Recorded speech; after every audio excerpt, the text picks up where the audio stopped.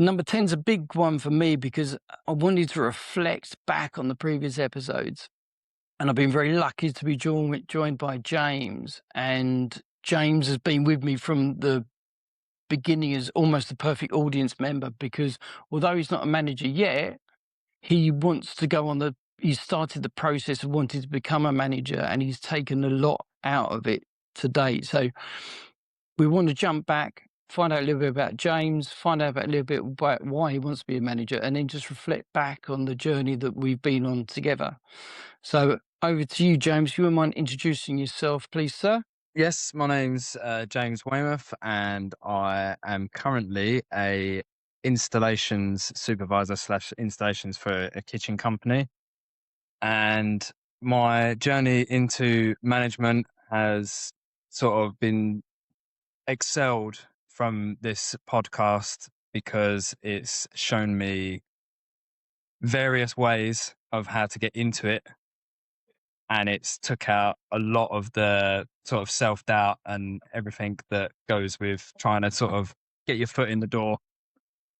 And my interest in management is because I've always been someone to challenge myself constantly. As soon as I get something down, I'm looking for the next thing to attack and sort of approach head on. So Nice. And that's a great introduction. And just a little bit more about, so how old are you now? I am 32 years old. 32 years old, and you've got family. We've talked about this Yes, previously. I've got a wife and a daughter, and I've got a little one baking in the oven. Hey, So, awesome, awesome. No, that is good. So yeah, I mean, I think I think the approach for this for me would be sort of trying to understand the role of the reason to be a manager. You know, probably everything that I've said to you through the podcast, and we've had communications. Like it's a hell of a journey, and it broke me. I got a heart attack. It was everything that the reason why I done it because I had a need and a necessity to do it because I wasn't very good at anything else. So I took the path of that journey because I had to. I wanted yeah. to grow up. I was 32, I think roughly about the same age as yourself. And I was like, right, I want to take life seriously. I need to do something. And I enjoyed people. And I actually found out that my strength was people and I could get more out of a person than I could do out of my own hands. You know, I was an electrician, but a very failed electrician. So I think the first thing is that, you know, is this the path that you truly want to take? Well, if I look back as even due to my first employment, which I took on when I was 18, which was in a factory for diamond grinding machinery. I started off, filing tiny pieces of metal, and the moment I was in there, I was looking at what everyone was doing, trying to understand what they were doing. I was almost absorbing responsibility from the get go. And the one thing that I found as I was progressing through that job, it ended up becoming very dead end, and I wanted to go a lot higher and I wasn't allowed to. So I've obviously had to jump ship. But the one thing I liked is when there was new people coming in, it was, they were going, right, you know a lot about everything. So can you sort of just teach them what they need to learn? Um, and it was being able to help people almost find where they fitted in, and knowing that I had that hand in maybe sparking a career interest for them, or whether they wanted to go deeper into engineering or whatever, just to have that insight into their life, that's the most rewarding part, is being a part of their journey. And obviously being at the bottom, you're never really a part of anyone's journey. You're just sort of, tunnel vision, and you're just on your own track. Whereas with supervision and management and stuff like that, you have to bring people in, and you have to sort of almost guide them on their path. And when it becomes successful, you kind of look back at it and go, yeah, I helped that. Yeah, just the self gratification that you get from it is just, it's unbeatable. Oh, that's it. And yeah, I mean, I can relate to that. I haven't really thought about that so much, but I can relate to it. Um, Also, another thing that you triggered me to say is that also when you're up against it, I enjoyed nothing more than actually getting the team together and we had to do a job together. It could have been like a big cable pull, or it could have been something like when it's everybody together and you're helping, and it is that camaraderie that is a desirable thing. Um, yeah, I have to admit, and that was enjoyable, and bringing the team together. Um, I mean, it sounds like it's a bit of you, so I'm going to tick that one. Next thing, I think we need to, and we have spoke about this before, and obviously with the podcast, is that let's. So we're in agreement. This is the path you're going to take. Going back to the podcast, I think we need to understand, and what I think I've put over pretty well is the fact that for us to progress, and I say us as in together, we need to be authentic, and we also need to be able to understand our strengths and weaknesses. The way I see it is that yeah, it's great. You can have weaknesses, and we all have weaknesses, but there's no point in wasting your time too much on them weaknesses. Let's find your strengths and ask the question of what your strengths may be. And I was listening to something the other day, and they were talking about, compare a decathlon athlete that's very above average with every event compared to someone that's a javelin thrower, gold medalist. They're going to smash the decathlon guy out of the water. Yeah. And that's where you want to be. So yeah, did you find your strengths? Do you know where you need to be pushing and celebrating?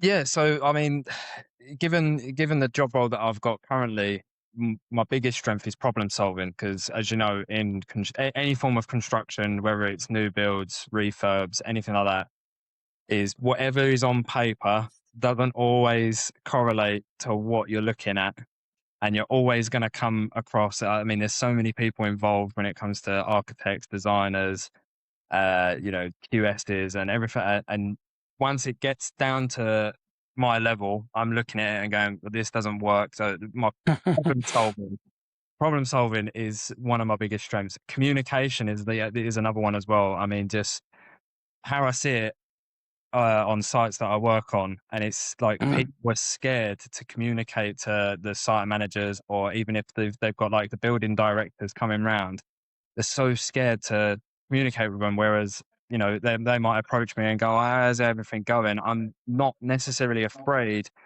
to tell them the negative points. I wouldn't necessarily pin it all on them and make them, try and make a bit of a feud out of it.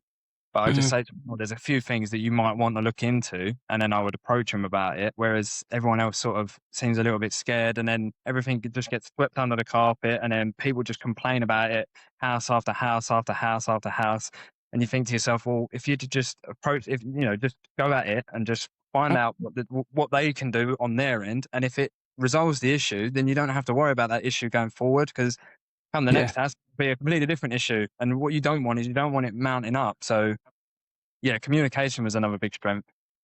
My biggest weakness, believe it or not, is the people pleasing, which on that episode of the podcast with the people pleasing and everything, I reflected massively on that. Mm, The ability to say no, just no wasn't part of my internal dictionary. But my I'd like to think that the weaknesses that I've got can be improved upon, whereas the strength mm, that I've got um, at this stage of where I am currently, I don't. It's not necessarily being able to improve them. It's just as time progresses and new things happen, and you have to come across different things and problem solve and communicate in different ways. That's when it's going to change. But over the what's it been now, 9 years that I've been in the construction industry. I went from, sort of standing in the corner, not wanting to say anything, to just having open conversations. Don't matter how level they are, they could be the CEO of anywhere. I'll happily have a conversation, problem solve with them. And yeah, they're my two main strengths, which I believe in my line of work are probably the most important too. So But absolutely outstanding. I mean, if I was to advise my children and my son specifically, I would say that that is the ultimate strength that you need to have to move through life. And I say that to my son because he's 7. He's not academic. The girls, the older 2 girls, they are really academic. They're going to sail through school, which they are already. Absolutely smash it. He's got a brilliant art of problem solving and find ways around things. That's such a strength. I'm not academic. I've never been academic. I get through. I work blooming hard to try and get my head around some things, and I'll do stuff at weekends or whatever's needed. I have to work hard at it. But the problem solving is what is going to bring you success, because that's the thing that doesn't you can't really teach it. You either have it or you don't have it. So and the communication, oh my days, like, it's a fine art and it's a lost art as well. And people have lost the art of communication. And if you can do that with, if you could do them 2 items, and I think there's one thing that you didn't mention, which I've been in building flats. I've been in the middle of all of the fighting that goes on with site management, etc. Is dealing with the stress. yeah, And for you to do what you do and actually have the stress on top of you, weighting you down, and still being able to make decisions, problem solve it, and communicate it without shouting at people, like, that's major. That is an element that employers would go, oh man, this guy's got something, and it's stuff that you can't learn. yeah, You can go and do a Zen class and do some yoga and try and chill yourself out, and but you probably with the stress, you kind of get it with experience. Actually, I would say that you do get stress with experience, and you need the resilience. But the other 2 ones, you've either got it or you haven't. yeah, Um, yeah, 100%. So right, strengths and weaknesses, we've got that.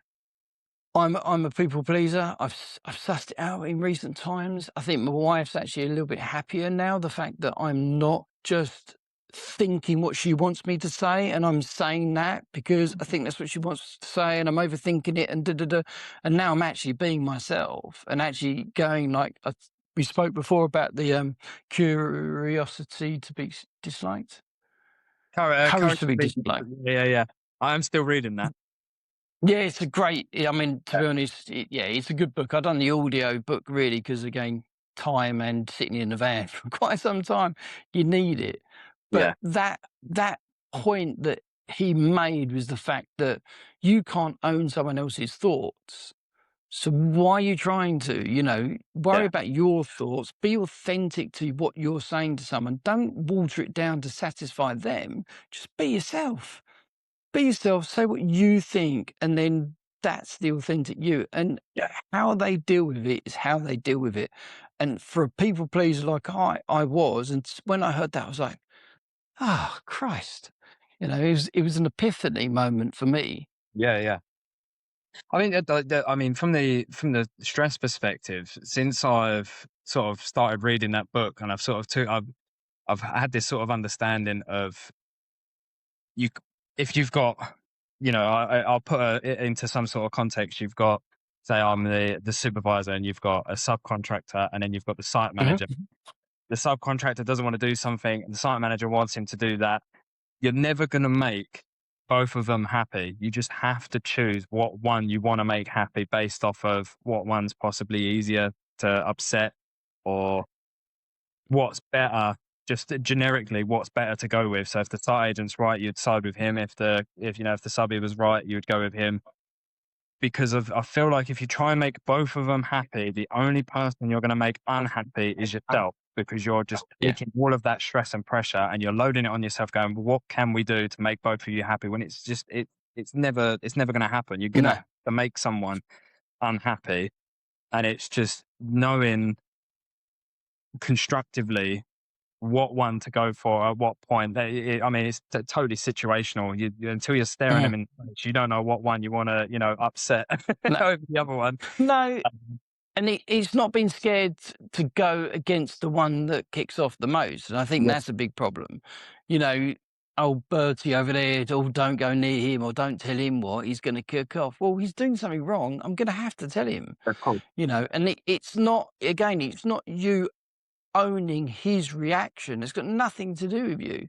You're telling factually what's going on. Yeah, How he chooses to react is how he chooses to react, because it could be down to he's drinks too much at night time, he's got a problem with his wife, whatever it may be.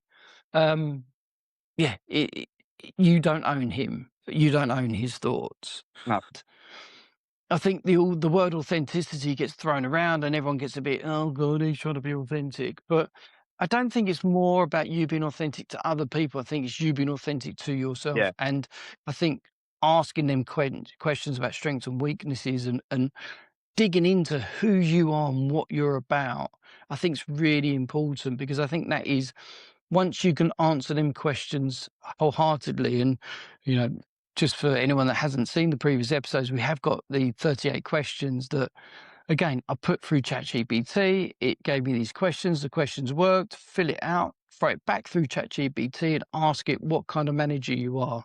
And there's nudges in the show notes, and I put them in again. Um, but again, that's just for you just to try and understand who you are and what you are. And again, what we want to be able to do is that we want to be able to go, right, I am fantastic at doing this, and letting the world know, because that's where the people above you are going to go, right, that's his thing. That's what he's good at. And the stuff that you're not so good at, does it really matter? I mean, at the end of the day, I'm not going to try and make you into a long distance runner when you're only good at short distances. That'd be crazy, because I'm also probably going to be detrimental to your short sprints as well, because I'm making you run long distances. I quite like that one. I'm going to write that one down. yeah. I think as well, Um, like fake it to fit in, is very detrimental for like your own mental health and stuff like that as well, because you falsify who you are to try and strengthen the weaknesses. Everyone's got weaknesses, whether you like to yeah, admit it or not. And when you try and sort of change who you are, be someone that you're not, just so your weaknesses don't show. As much as people might be able to see that, what's happening internally is you're getting miserable with yourself, because you're wishing to be the person that you're fake to be, yeah, and you just can't. You're just not. You're not there. I mean, some of the weaknesses that I've had that I've tried to improve on, they only go so far, but there's still weaknesses, and it's got to. I mean, through the podcast and everything, I've come to realize I shouldn't necessarily stress so much. I'm yeah. trying to make weaknesses a strength, because I've got strengths that are strong. So you Yeah. have both. I mean, no one's a perfect human, realistically. No, So no, and you can't polish a turd, but you can add glitter. yeah, I'm gonna write that But one. it's true. But it is true. It is true, and it's embracing it as well, and just going, do you know what? I'm not very good at that. It's fine. Tell people. I think I struggled at the beginning of my career because I tried to be perfect at everything, because I thought that's what was needed, and that escalated my stress levels. I tried to do everything. I tried to make everybody happy. People pleaser as well. It's a perfect formula to have a heart attack, I guess. Um, but we won't dwell on that one. Um, we Episode 3 was great because that was Danny Craig. So that was then we sort of reflected back, and he walked us through the questions and how he saw it. And I was kind of using that one just hopefully to give people some encouragement to go through the questions and see what it spat out as answers. Um, Episode 4 was quite interesting because I wanted to dive into triggers and be curious about your triggers and why they are. And I think what I was trying to get across, and hopefully I did, is that we're not here to fix you. As in, it's not a counseling session where you can go through and unearth all these problems and just go, right, okay, well, you had a trauma when you're 5 years old, and let's dive in that and give you some hypnotism and sort of get you into that. That's not what it's about. I learned through the courage to be disliked. Again, it's more about just accepting that shit happens. You know, understand that everything that you suffer now, weirdly enough, is a trigger more than likely from when you were growing up, Yeah, yeah. from a playground, from your parents, from anything to do with your early beginnings. That's left a footprint on your later life, which is so bloody frustrating. But it's there. Accept it, acknowledge it, deal with it, move on. And I know that's probably quite controversial, and I don't know, probably people don't like it, but for me, it helped because instead of trying to dive deep into it and open this can of worms up and, completely break me down as a person, it was like, okay, all right, well, I struggle in this circumstance and let's work a way around it, or let's flag it up and say, look, I'm getting a bit triggered here. My throat's closing up. That's my telltale, as I said in the podcast. I'm feeling it. I need to take myself away and maybe do some breathing or something, just even going for a walk to get yourself through it. How did you find the triggers conversations? So again, it was another sort of self-reflection. My the two biggest triggers that I found out, and I'm still sort of experiencing them now, even when I'm sort of on sites and stuff, and it's acceptance and it's being heard. And Mhm. the being heard part was, it was always through school. Is, I'd be the first kid to raise a hand, the little boffin and everything. I was the first kid to raise a hand, and I would come up with a suggestion, and everyone would laugh. Mm. Um, whether that was like their form of bullying, or um, maybe I was just saying stupid stuff, but it was just that thing of, oh, if I put my hand up really quick and I answer first, the teacher's going to like me, and so it was like that was almost coupled up with acceptance. Is that I tried to be the best so that people would accept me, and it sort of, if anything, it sort of created this rift. And trying to constantly be heard and trying to be the one that always had the answer end up being like, oh, we don't, you're not going to accept you because you just think you're better than everyone else. Um, and I see that a lot now, obviously, like with the problem solving and everything. You could have a group of people and they'd say, well, what are we going to do about this? And, I'd come up with a suggestion, and people just sort of, they look around and are almost like dismissive of it straight away. Mm. And I'm saying that, I'm thinking, at least try and understand what I'm trying to say, or maybe even just give it a go. If it doesn't work, I hold my hands up. I go, yeah, do you know what? Bad choice, whatever. Yeah. But it's just that straight dismissal. And I'm sort of sitting there, and the fists are clenching up, and you'd sort of be agitated, and you think, why is no one listening to me? Yeah, Um, and then on the same token with the acceptance, it's when I'm on site, I'm just trying to be everyone's friend. And yeah. again, you're not going to be able. There's even just your personality, before you even got into the fact that kitchen fitters don't like plumbers, and plumbers don't like electricians, and electricians don't like dry liners, and everything like that. Just before you get into all that, just personality clashes can happen. And again, you try and sort of put yourself out there to create these friendships and everything that were never gonna happen. But it's just to have that Mhm. feeling of like, I'm liked here, or this person likes me, he accepts me for who I am and everything like that. So again, when I try and go above and beyond for Mm. the people pleasing, and it's not reciprocated, or I don't feel like I'm getting the acknowledgement of what I'm trying to do for them, again, Mm. sort of sit and I go, why did I bother? And it almost makes me retract and be like, do you know what? I'm just going to go complete introvert. I'm just going to go on site, head down, go and do what I've got to do what, and go home. Yeah, no, don't do No, that. it's, but it's, but it's a superpower. yeah, it's So it's understanding the triggers now. So now I'm in certain situations and I can see it happening. I kind of go to tell myself like it's not a problem. It's not as big as I'm making it out. No, no, and everything that you've got, and it's would I protect my children from going on a journey of learning where they get the triggers, they get that feeling of sort of stress? Um, Probably not, because it builds you as a character. Like that people pleasing element has made me into a really good manager, because I'm trying to please everybody. I'm trying to do the best I can for them. It's actually made me into really good at what I do. Yeah, So I don't really want to take that element away. It's frustrating and very annoying. And the thing about not being heard,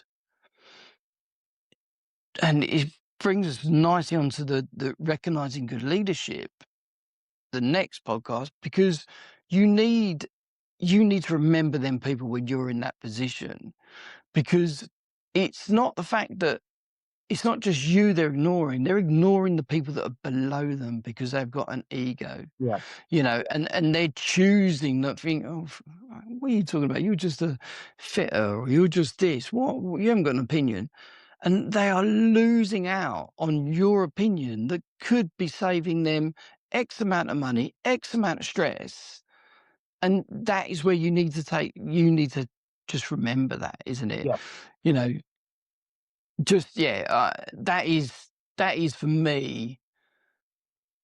I wouldn't change the journey I've been on, Um, and it is frustrating, and you have to go through it, and that people pleasing and trying to make everyone like you, and da da da, and you'll eventually get your style of management, and it's a style that will eventually unfold for itself.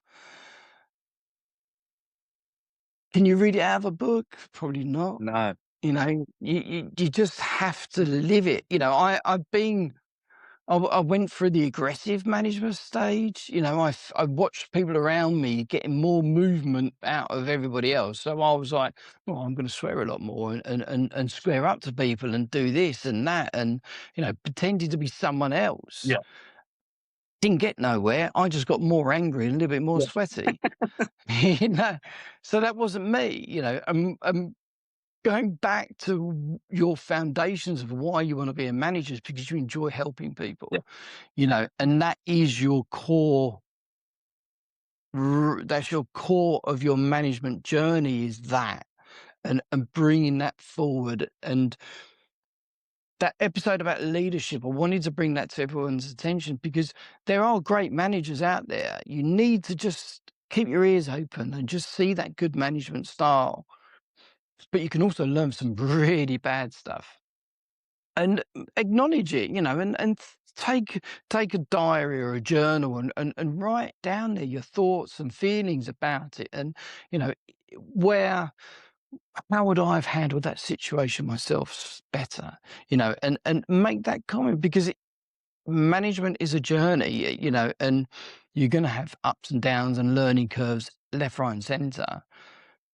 But they've got to be learning curves. They've got to be learning. You have to learn, and that is the beautiful thing of it. I'm learning every day, and talking to people. And this journey I've been on with this podcast has unearthed loads of different things about me as a manager and what I've done. And like the more recent one, I said about the micromanaging. yeah, I clocked myself slipping back into something that I promised I'd never do. We're going to fly the flag for autonomy, no micromanagement here. Within a week, I was micromanaging everybody. I swear. And I've literally, and this is where I've improved. I've gone and apologised to the guys individually. Just gone, look, I'm being such a prick. Sorry. I didn't mean to. I just got into a bad habit of it. I acknowledged it. I apologised for it, and I've told them, it's if I do it again, is call it a micro Dave. Dave, you've been a micro Dave. Stop.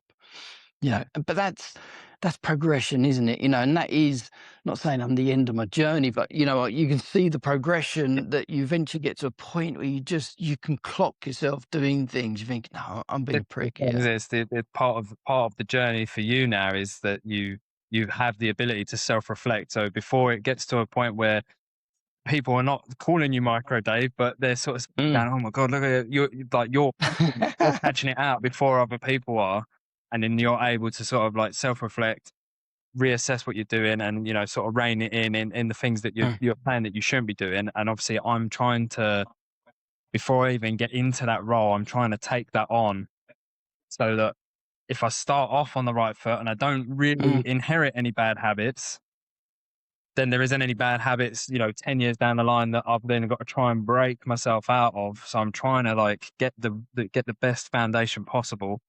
So Yeah, I'm 100%. progressing without bad habit. There's going to be bad habits as time, there'll be things that come in and go and new technology and whatever that will create bad habits. But if your foundation is as clean as possible, it just makes it so much easier as you then progress. You're not having to try and like pull yourself out of bad habits. Nice. And this is why I've done what I wanted to do. I I'm not getting emotional, but the way what you're saying to me, maybe I've stopped you from going on that hideous path that I went on, and that's what this kind of always learning is all Yeah. about. It it's a little bit self-indulgent. I'm enjoying talking to people. I'm enjoying talking about myself. It's a lot of therapy for myself. I'm talking about my mindset and da da da da da.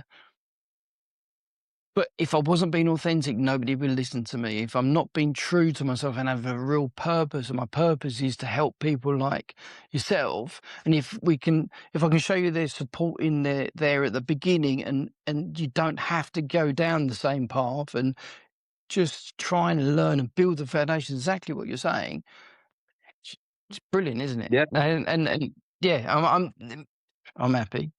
Right, You're tick. guiding the part of management for me is obviously having a part in people's growth and sort of Mm. carving their path with them.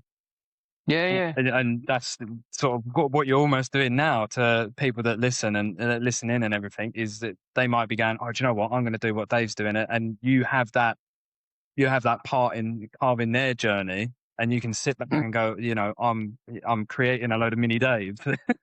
Yeah, please don't.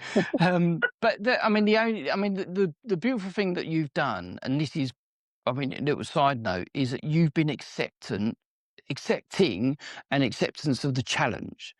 You've just turned around and you're going, right, I'm going to do 38 questions and question myself. I'm going to dive in because I want to improve. I want to do this.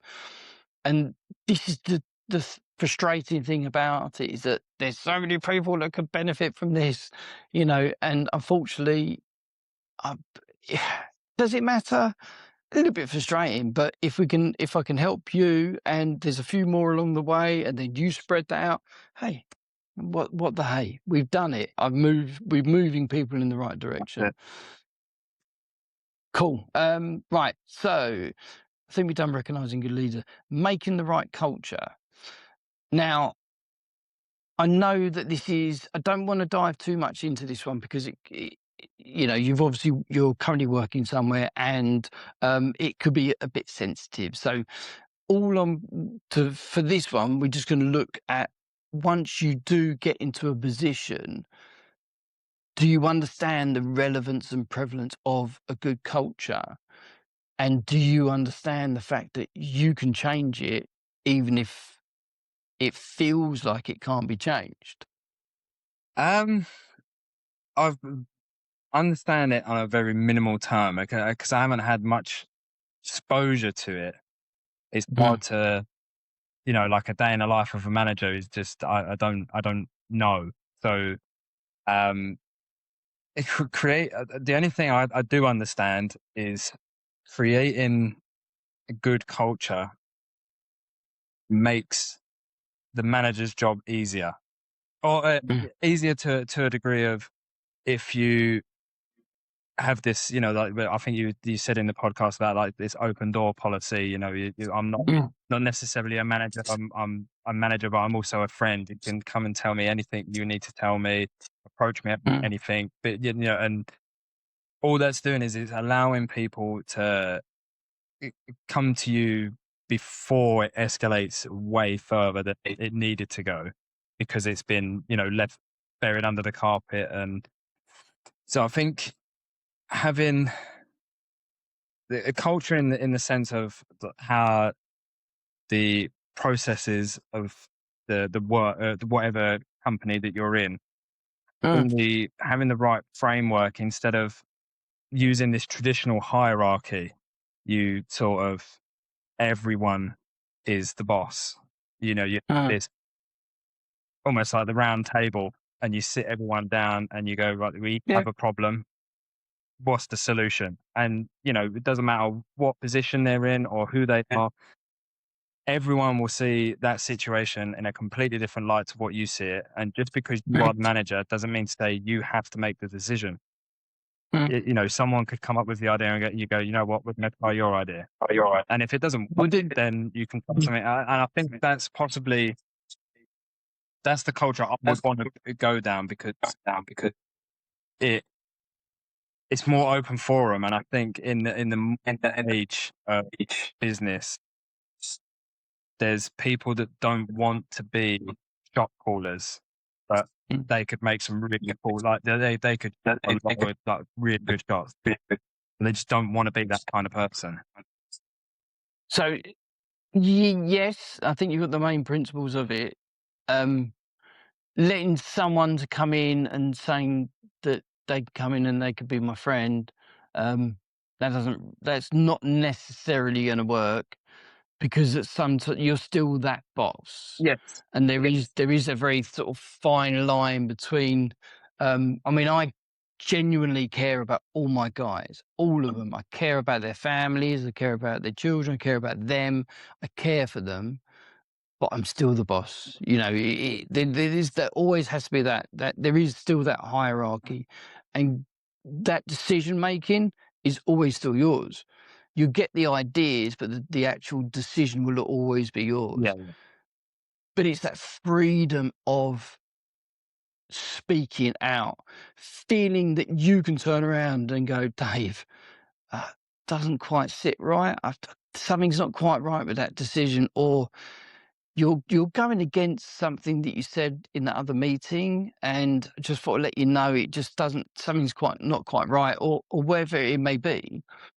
It's free. The culture needs to be. You could potentially save thousands of pounds in the business if I listen to your ideas. Yeah.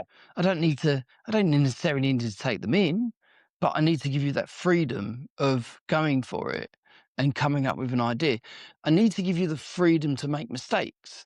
It's really important that if you're trying something new, I'm expecting you to make a mistake.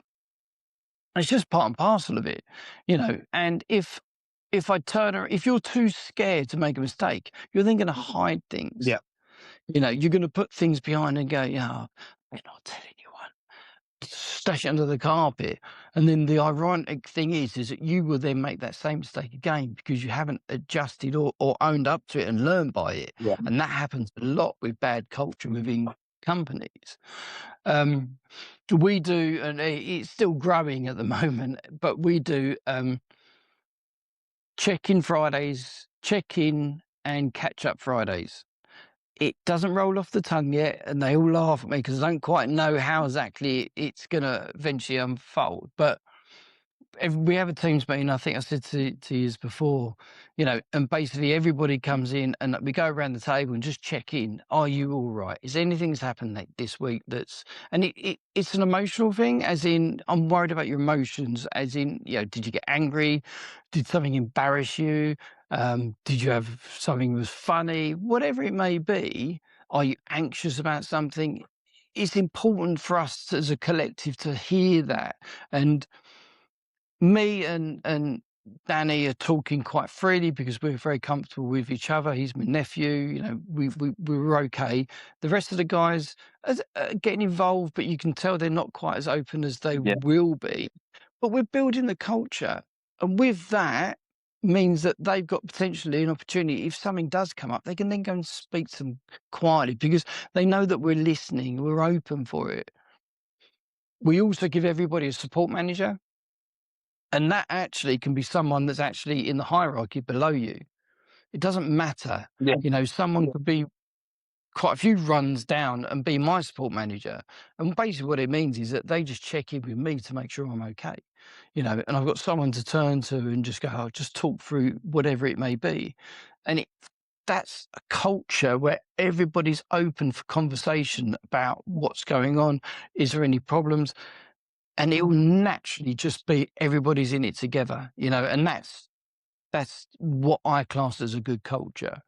I mean, it's kind of what I was trying to clarify from the your friend, but also the friend part was more the I think what I'm trying to say is you're treating the lower part of the hierarchy, you're treating them still as humans and not tools. Yes, yeah. Well, the whole thing, everyone's on the same line. Yeah. Yeah. So it's Yeah, having that sort of like, the emotional check-in, and the freedom to just be open about stuff. That's kind of, I think that's lost in a lot of businesses mm. today. I'd like to think modern startups would probably try and take that on a lot more, but especially businesses that have been going for a long time, it's never been a thing. They're kind of like, oh, he'll just go out and do his job, and if he needs something, he'll let us know. But But it's a dirty word, isn't it? Emotions, and it's all a bit. Oh, I don't want to listen to that. Or don't, we don't want people crying in the office. yeah, yeah. But I think that's what's lacking, and I think it's what keeps a lot of people sort of holding back a lot of stuff that creates inward, like it creates their own stress. They then underperform at work, but then they don't feel like they can speak out about it, because if they do, they might go, oh God, this person's a bit broken. We need to, ship him Mhm. off, or we need to find a reason to get rid of him. And because, he's damaged goods or something like that. So people Mhm. try and hide it, and then they try and mask it. And then they turn up late, or they leave early, or they start making mistakes. Whereas if they just, if you said it at the start that, you can tell me anything, there's no judgment, I just want to make sure that you're okay. And, I'm here, I'm treating you as a human before Yeah, whatever you're employed to do, whether you're a manager yeah, or, a fitter or whatever, you are a human before you are that tool. yeah. Show you care. Yeah. Just show you care. It is that simple. But yeah, I think yeah. And there's egos involved. There's people that are worried that their jobs, like people don't want you to. You could potentially be highlighting a failing of a manager above you by pulling up a problem. That's going to be a problem, isn't it? Yeah. And usually the chairman of the company actually wants everybody to be open as far as they're concerned. They want all information to be thrown around, but someone in the middle will be sort of cock blocking you in a way, Yeah. Yeah. stopping you from getting the information up because you could be detrimental to their career. You know, it's not an easy one. It isn't an easy one, and I think in an existing business, I think it'd be incredibly hard to maneuver it around to being a decent culture. But we're a new startup as such, so yeah, we're blessed. But yeah, it's definitely where it should be going, and that's where you should be looking Yeah. for it to be. Um, Episode 7 was sort of how can we be the best version of ourselves? And I think that was quite um I come up with sort of the 5 things, which is embrace embarrassment, the courage to be disliked, own your mistakes, have a support network, and then beat that inner and outer voices, the negatives that go on. Um, I mean, it's pretty straightforward. Um, embrace the embarrassment. I think it's that I'm going for it Yeah. and just breaking through. I use the I use the one about the gym. The fear of people going down the gym, and I do it myself. I don't want to go to the gym. I don't want to go there and make myself look silly and embarrassed, and all them triggers that I had from a younger age. When actual fact, everybody at the gym actually wants you to go. The people who work there want you to go because they want that your business. The people that have been there enjoy new people coming, and they think, "Yeah, good on you, mate. You're actually doing something." And it is just a case of that, and doing that. Um, Courage to be disliked. I think we went through nicely. Yeah. Um, Own your mistakes. Absolutely. Support network. Have you got support? Um, yeah. I mean, the inside the industry and obviously outside the industry. I mean, my support network is it's me holding myself back from reaching out to them. Okay. That's the failing of it. Is Oof, embrace embarrassment. I think that falls under this me. is it? Yeah. So when you said about embracing embarrassment, yeah, I kind of tied the two together. Um, because there's just a lot of pride, and I think obviously going through my early years, obviously my dad was a very proud man, a solid provider, and you never really heard of any problems that he was having because he didn't want to show any form of weakness. He had to be, the rock in our family. Mm, And obviously I've sort of like just learned that as I've grown up. mm, You look at your dad and you go, oh, yeah, strong, provider, this, that. So when it comes to feeling vulnerable, and you look at the list of friends that you've got that you can reach out to, and you're like, yeah, nah, I'll try and do it. But it's getting better. I mean, more so with my wife. I speak to her so much more about vulnerabilities now, and mm. my head is just completely cleared from it because That's good, mate. I didn't want to stress her out. Obviously, Mm, pregnancy and having kids and everything,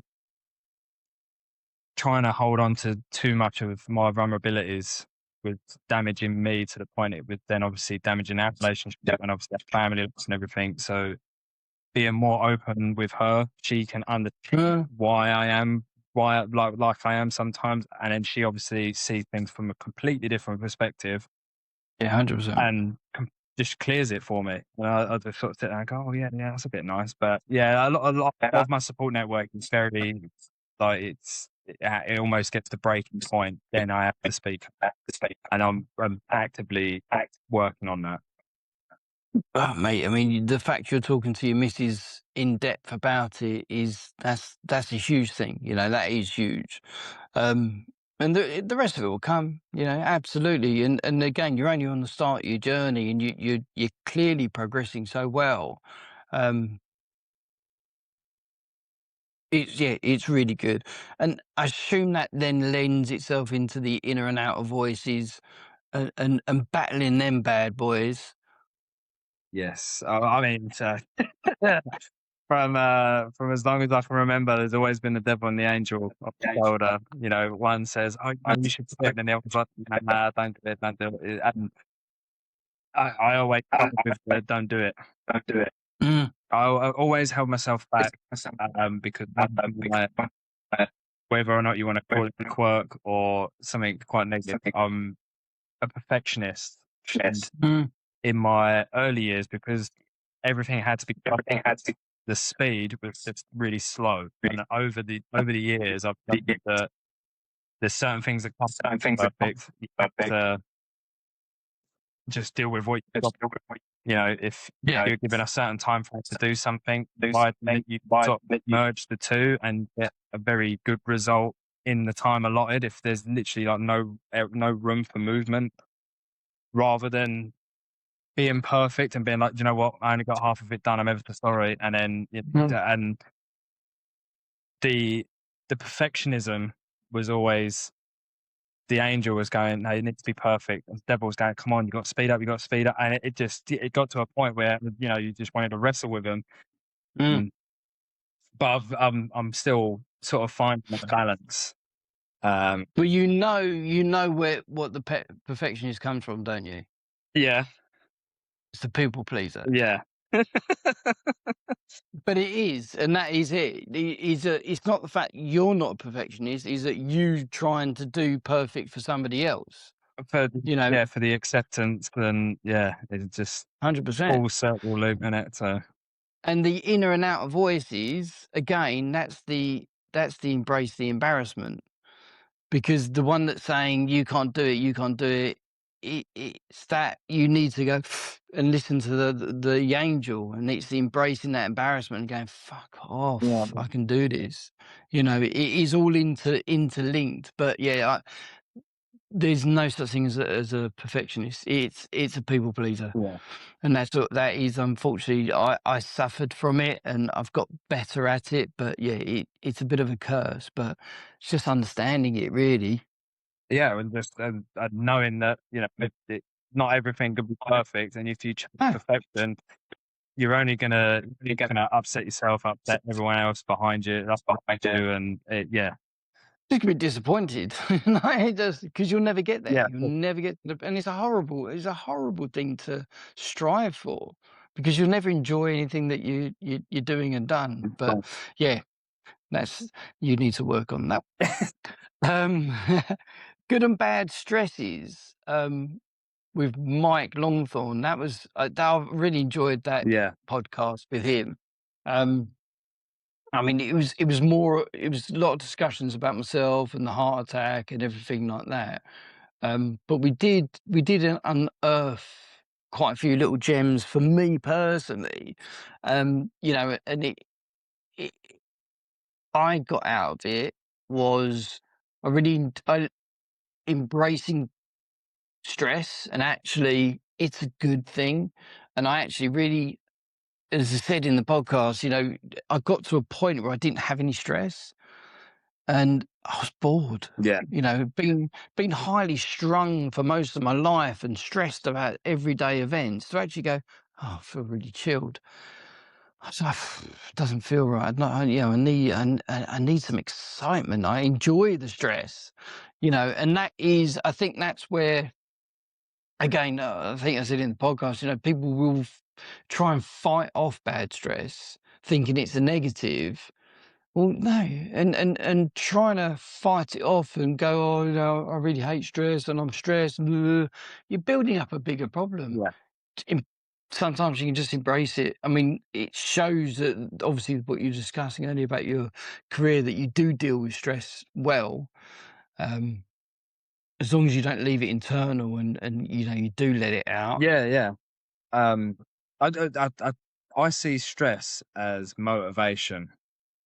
Yeah. Um, Good way to look at it. a lot of the time, I get stressed about the things where I'm sitting there and I'm thinking, do you know what? I'm going to prove that person wrong, because that Mhm. person's stressing it. They're stressing me out in some way of, that's not going to work, or you can't do this, or you can't do that. And I sort of sitting there, like, do you know what? I'm gonna prove them wrong. There are obviously points where I do keep it internal, up until obviously we spoke about speaking to my missus about stuff and trying to open up a lot more. Um, but yeah, I just see it as stress can push you to do better in all walks of life. Yeah, that Yeah. just at work, just in general life. Kids are possibly the best example. Our daughter has episodes of like just being highly strung and just bouncing off the walls, and then there's times where she's really relaxed, and Mm, really relaxed. You almost like you want a bit of the chaos, because you want to be like running around, and mm, and I think that's where you can sort of, providing you can sort of flip the stress on its head and use it as motivation. You actually, you don't necessarily feel stressed, but you just feel determined. yeah. That stress, and that I don't know many people that are able to do that. Mm, Um, Obviously, there's times I show stress. I can come home from work and I'm extremely stressed and everything, but I try and sort of look at it and go, well, how can I use this as the determination to either yeah, just that's prove nice. people wrong, or even to prove myself wrong if if I've got the self doubt. Um, or just to actually make myself better at whatever it is, just a better person in general. You've got to redirect stress into positive energy, or at least try. Yeah, no, I like it, man. No, it's good. It is really good, and that is really, yeah. To embrace it and trying to work with it is a superpower again. You know that is going to benefit you. You know when the world's falling apart around you, if you can turn around and just take a breath and just go, right, I'm going to deal with this, and take stock of what you need to do as a manager. You know, you're going to be successful. You know, you're not losing your head. People will look at you and give you respect. You know, and go, do you know what? You know, James is cock on there, you know. Everyone else was losing it and he just saw the wood through the trees and just got it done. Yeah, great superpower, mate. Tick. Doing well. Doing really well. Um, so the last one that we done, which I put online recently, was sort of just we talked about the micromanaging and kind of me admitting to very poor management that I was slipping into. Um, It's just something to really be aware of, and it's so easy to fall down that trap of, you know, you do it because you don't trust someone's gonna do it. You know, you do it because you feel concerned and it's a stress, it's on your shoulders, you know, and what I was trying to get across, you know, my thing as a director of a business is I need to be worrying about the what. The Mm. managers need to be worrying about the how.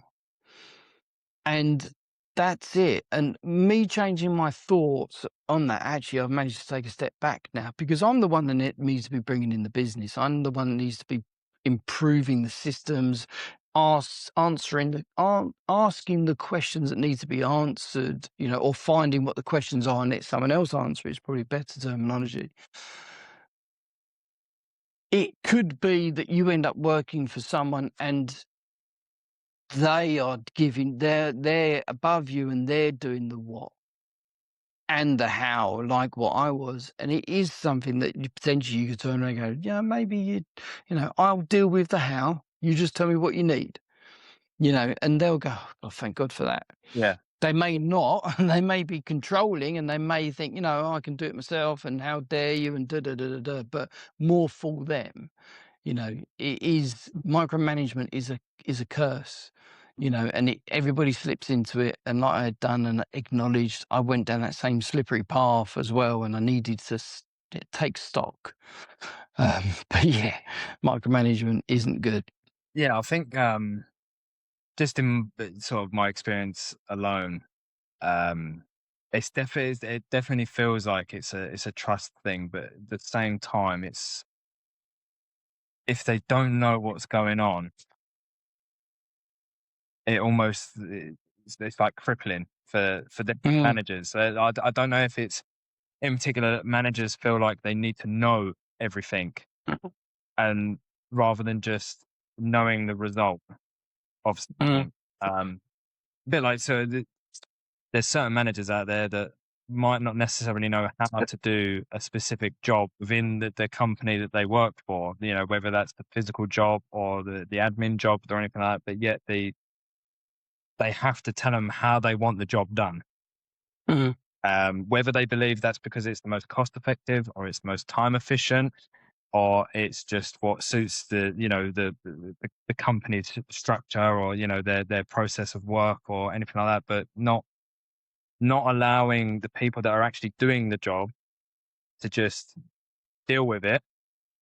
You mm, know, obviously there's going to be a point where if you allow people to just do what they need to do to get the job done, and then all of a sudden there's this big bill that lands on your table because they took a really expensive route, then there's going to be mm, at that point that's when you would then manage that and go, right, this we can't have this happen again. You know, mm.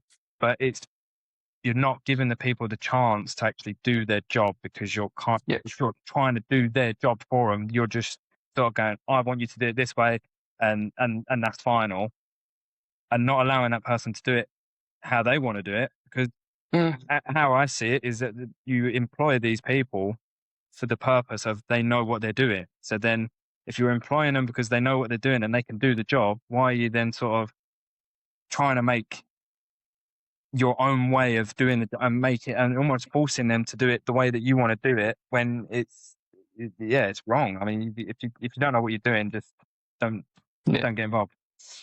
Well, I mean, it's trust. I mean, it's not trusting your guys. It's not allowing them to be able to grow and come up with their own ideas. And it goes almost back into the culture again.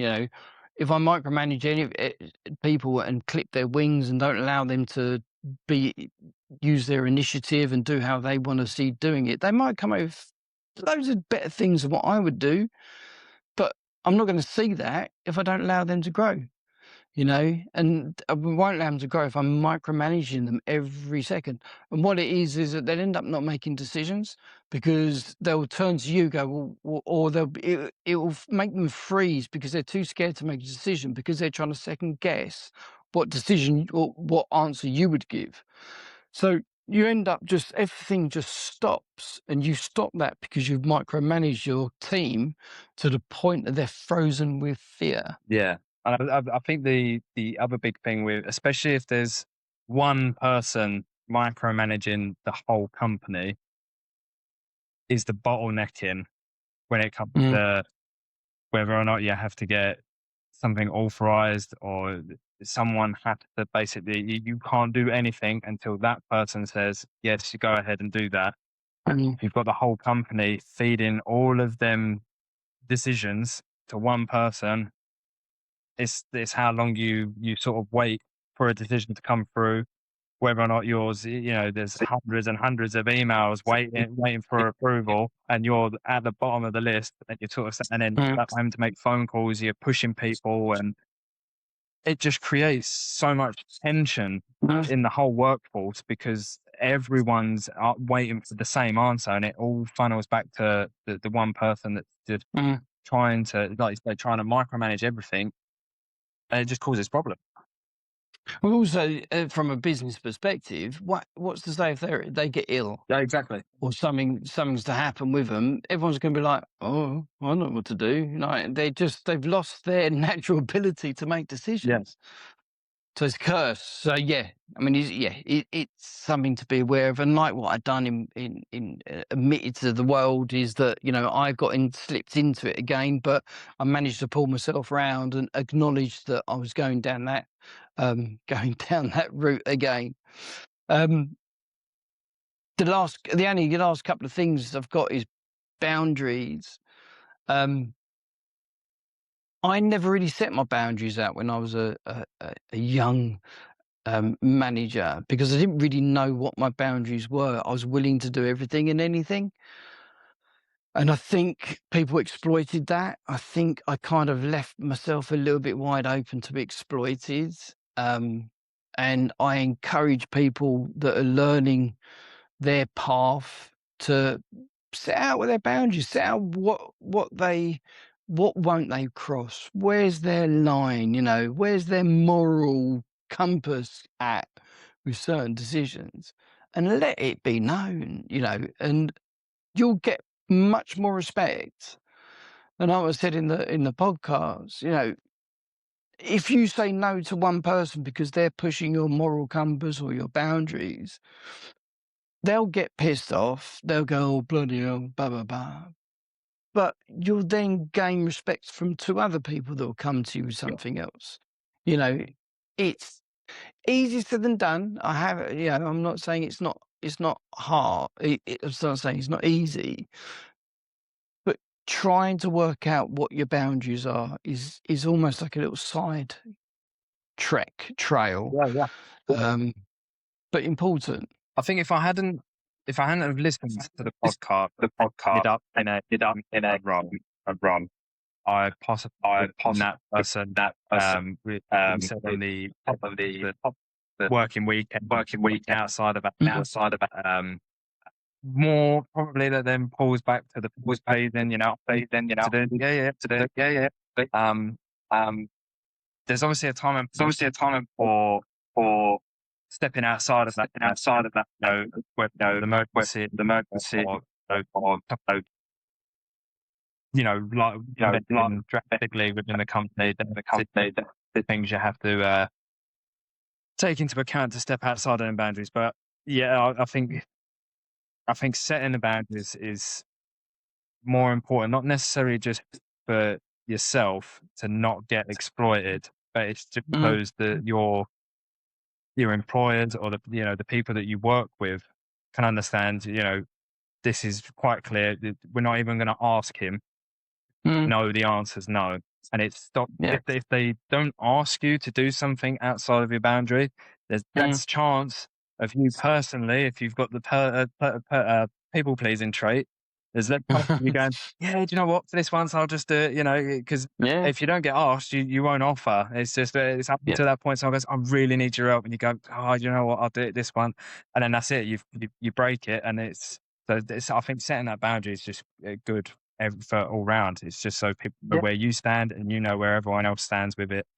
And then if the time arises where you might need to just jump out of it and then Mm. back in, then you know if you've got the freedom to do that, then I think it's a win-win all over. No, I think so, and that might be a good one to have a discussion with your wife about as well, because that is kind of a bit of a joint thing as well, Yeah.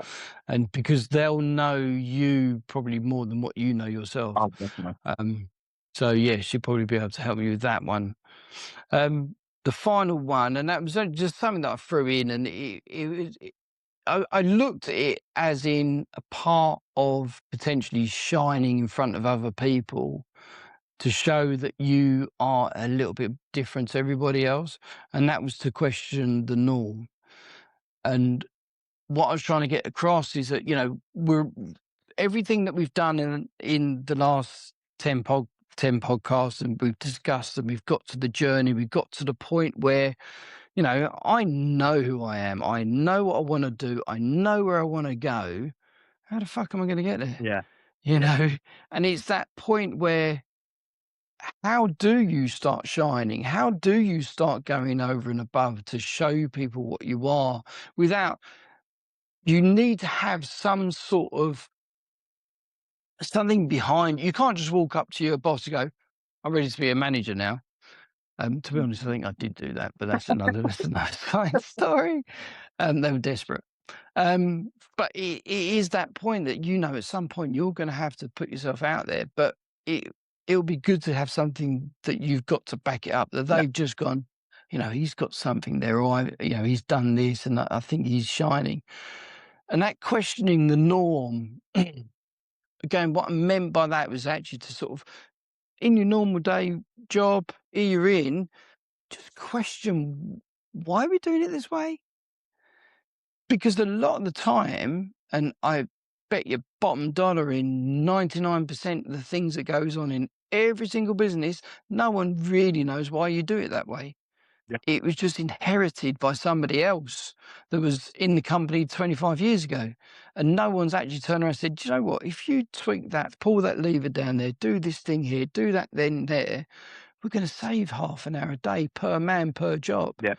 you know, or save X amount of money.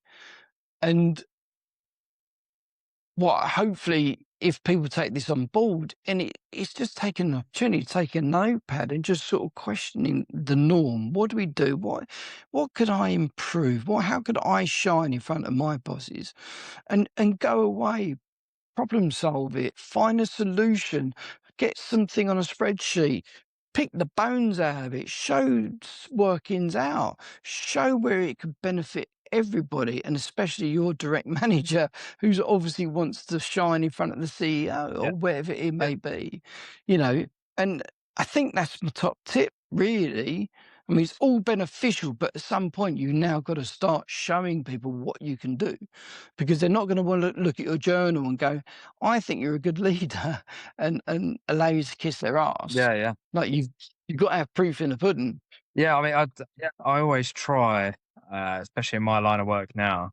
My father-in-law taught me at this company. They no longer works for the company anymore, but he taught me everything there was to know, and I was very keen on always asking why. they would say, "Oh, this is how Yeah. we do this." I go, "Why's that?" They go, "Because I've done it every other way. What is the best way?" And I go, Yeah. "Okay." And I had the trust that obviously he'd been doing it, 20 odd years plus.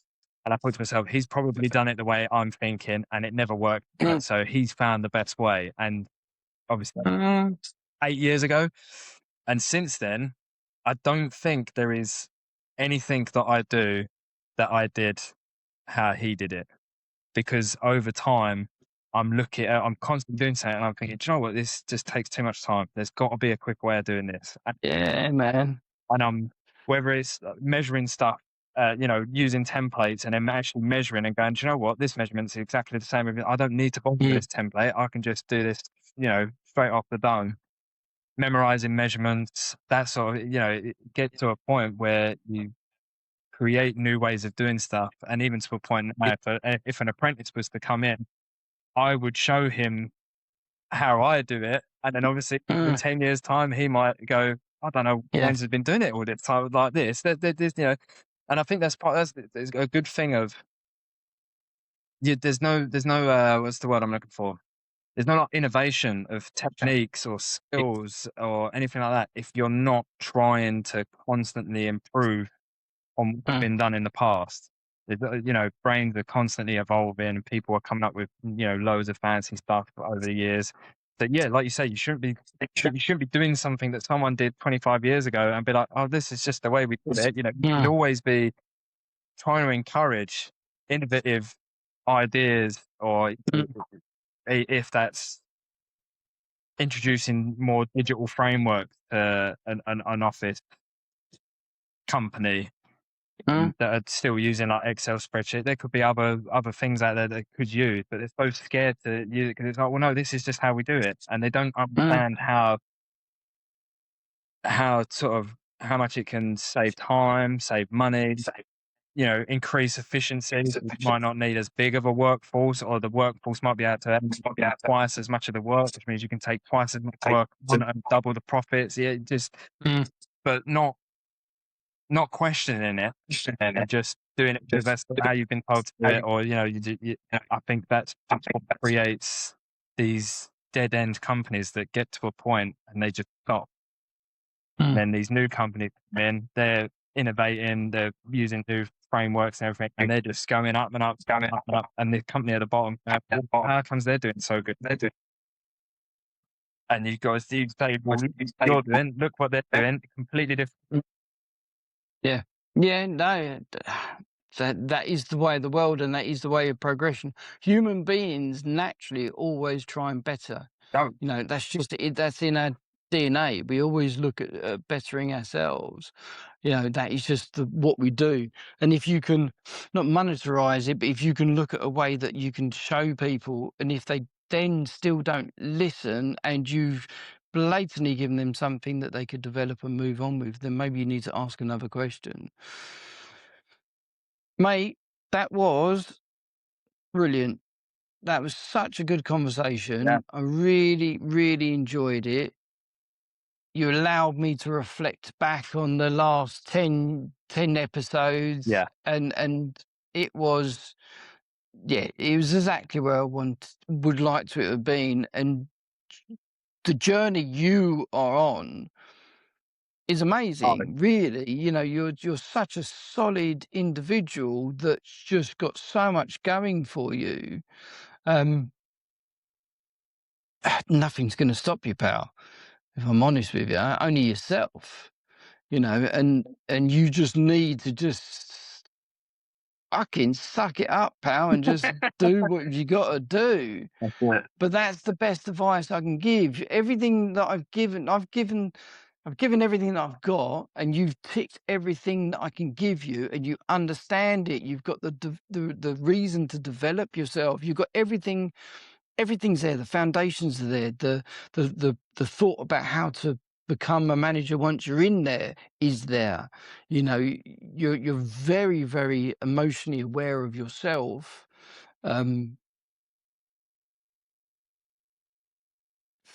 I'll be very, very, very, very pissed off if I speak to you in a year's time and you haven't got your teeth into a management role, because you're a wasted talent if you haven't, mate. And I've got no reason to say that, except for you are who I want this podcast to be for. Yeah. Is someone that is open to learn, that wants to learn by someone else's fuck ups. And I promise you this now, I've said it 1,000 times, I fucked up more than anyone. And I'm trying to help people not. And you are the perfect candidate that's just come up and say, look, I'm willing to learn. Yeah. I'm willing to take everything that you say on board. You have, and you've got great foundations, man.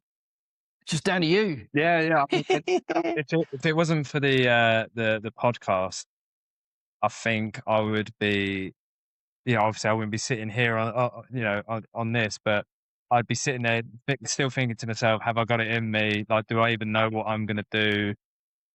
Because I've not had that exposure. I've not been able to follow someone or, ghost someone and see what they actually do. I just see it from an outsider's point of view and look at it and I go, I could do that, I could do that. But in my head, I'm going, you have no idea what you're doing. All you see what's happening on the outside. And I think this hearing, obviously, other managers, supervisors and everything talk about their strengths, their weaknesses, their journeys and stuff like that, I kind of look at that and I think to myself, well, I can take a bit of this, I can take a bit of that. And like I said earlier, I'm just building the foundation to a point where I actually feel confident, not, dive in the deep end and be like, I can manage anything for me, because that's not going to be the case. But at least the foundation of, if I got my foot in the door, I'd be like, okay, I kind of understand what I want from myself. Obviously, understand what the company wants as well. And just almost having that insider's perspective before I've actually got in there. It's almost like a cheat sheet. You kind of understand the do's and don'ts, the pros and the cons and the stresses and the good sides of everything before you've even got in there. But no one talks about this. No. And whoever you go and talk to, and you go and talk about, you're interviewed, say they're interviewing, if you turn around to them and say, what do you class as a good leader? They were like, oh, no one's ever asked me that before. What's your thoughts on triggers and things like that? And what do you feel about embracing embarrassment? All these kind of things are really heavy questions that nobody talks about, nobody questions, or a very few amount of people. And you could be in the top 5% managers in the industry without fail. If you carry on the path you're going in, there is nothing to stop you. If you're constantly analysing, reflecting, you could be up there with the top 5%, because you've got the foundations laid out now. Yeah. And you haven't even put a yellow cap on, or whatever they hard hat on. You've got the foundations. This conversation has highlighted it. And I strive to. I always used to tell people, even when I wasn't, I always used to say that I was in the top 15% in the country as site managers. I wasn't, but I knew I was going to be. And then I changed it to the top 5%. I wasn't, but I knew I was going to be. Yeah. And I had that belief in my head that I am going to be in the top 5% in the country. And I still believe that. And I am the top 5% of the UK. People will really go, no, you bloody not. But it's the belief, belief in my ability. I believe I can do it. I've picked the bones out of, what it takes to be a project manager. I've written a course, although it's not a course, and that's just belief. And that's where you need to be now, is that, I'm not fluffing you around. I'm not giving you anything other than what you are. You've got the great foundations. You're a very nice guy, great communication skills. You listen, you learn, the email response or the LinkedIn responses you've given me when I've been craving some feedback have been so well structured, so well thought out. You've just got so much going on that the only thing that's stopping you is you. There's myself, yeah. Self-belief. And then I will fucking kick your ass in a year's time if you haven't got out there and fucking shown people what you're about, Yeah. because you are really good, really good. You know, and it's now that time, 32 years old, you've got another kid on the way, you need to do it now. yeah. You know, cut your teeth, learn, make mistakes, grow. Do never, ever, ever tell people. I mean, I talk about the 5%. I mean, I'm complete hypocritical here. Keep that in the mind, but don't ever oversell yourself. Yeah. You know, stick to your lane, show them where you're at. So, you know, I will be the top 5% in the UK. But, you know, currently, you know, I don't have management skills, but I am aware of this, and this, you know, and just give me a chance. And I will promise you will not regret it. And let's sit down in 6 months and tell me, you know, tell me where I failed in all the promises that I gave you, Yeah. you know, and I guarantee everything you tell them people you will achieve. Oh, I appreciate that. It's so Sorry, mate. it's good to hear it, because obviously the self belief is the Achilles heel for me. So to hear it from, you know, from a director like yourself, to say that I've got a good foundation, it's almost just giving me that little kick up the backside. Mate, it's not just a good foundation. You've got an excellent foundation. Yeah. You know, you've got the fundamentals there that it's now you're just ready to go, man. You just get out there, find them problems, resolve them, find that, you know, hopefully the company you're currently at are going to see it and go, yes, great, bang, let's go. You know, and if they're not, unfortunately, it'll be their loss. You need to go and find that company out there that's going to take you on board and just smash it out the park. Yeah. You know, get the energy, get that desire, get that hunger, you know, show people you want it, put yourself at risk. You know, you are going to have a bit of a risky year probably, and then you'll be fine. And, you know, you might even swap companies a few times on the way because it just doesn't quite work, but it's the journey you're on. Oh, of course, yeah. It's just it's the next stage for me for in my personal like progression, the growth, Yep. everything like that. You know, I've never enjoyed settling for just not necessarily being at the bottom, but I just want to go as high as I can before either this stops me or my body. You'll be fine. You'll be fine. And what you've done is beautifully is you spoke to your wife, and your wife's fully aware of it, because she needs to buy into this as well. Because for you to be that 10-year plan, you know, at 42 years old, where do you want to be? You want to be financially on the right path to be sound. You need to start the journey, and she needs to be there with you, Yeah. you know, and it is for your family and everything like that. That's it, mate. I can't say any more. I think that's it. Done, dusted. Absolutely enjoyed it, mate. Yeah. I think that was, yeah, Great. brilliant. I'm happy. I can mic drop podcasting now. I'm done. I retire. When's No, season but 2 no, again? yeah.